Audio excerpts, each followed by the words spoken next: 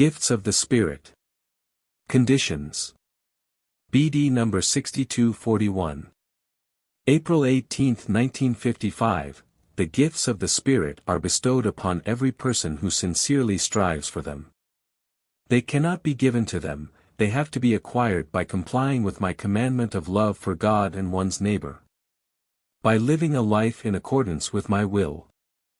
For as soon as my will is done, the person will be living in my eternal order, and then light and strength will permeate him as in the beginning, since he was created in my eternal order, in perfection, that is, as a being with the same nature as mine.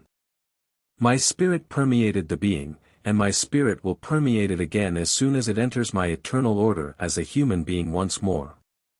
The fact that my spirit will never be able to work in a person who lives outside of my eternal order, that he will therefore never be able to demonstrate the gifts of the Spirit, must be completely understandable to you.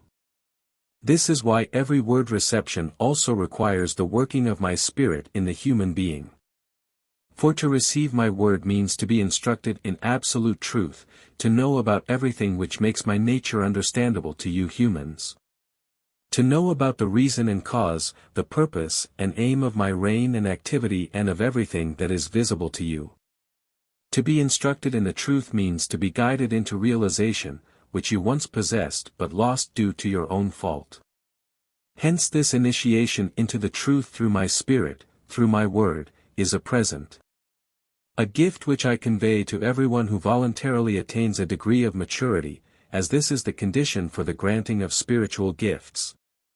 Each one of you is able to acquire them, no one will be excluded, however, they cannot be attained by someone who does nothing to contribute towards it. Who does not shape his nature into love, which alone enables the dormant spirit within him to establish a connection with the Father Spirit, so that I myself can then work in him through my spirit. Therefore it follows that a connection with me must always be established and that this requires conscious striving towards me. Anyone who thus makes contact with me myself has already voluntarily taken a step into my kingdom, he had relinquished his resistance to me and completely turned his will towards me, and his share therefore has to be light and strength, which are offered to him from my kingdom. The human being can enter my kingdom unhindered at all times if I am his goal. But he will not be granted admission as long as I am still excluded from his thoughts and aspirations. However, in that case he can be led by my adversary to his realm, who will make him believe that he arrived at the right goal.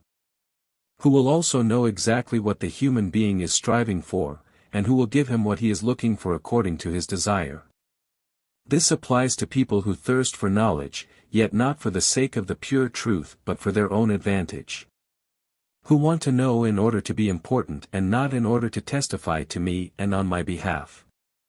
They, too, will receive something but from the one who opposes the truth. Because he opposes me. True gifts of the Spirit will only be received by an earthly child which is utterly devoted to me, which therefore also knows the full truth since it will request it from me myself, and which therefore also clearly recognizes what is error and what is truth. Whose desire for truth prevents my adversary from gaining entry, because he identifies a connection between the earthly child and me as a brightly shining ray which he avoids so as not to be touched by it himself. But where he finds admission due to congenial thinking and striving he will cause all the more damage. For he will always make an effort to obscure the light which shows people the right path. He will always work against me yet hide his true face behind a mask, for it is the time of the end and he knows that he doesn't have much time left. Amen.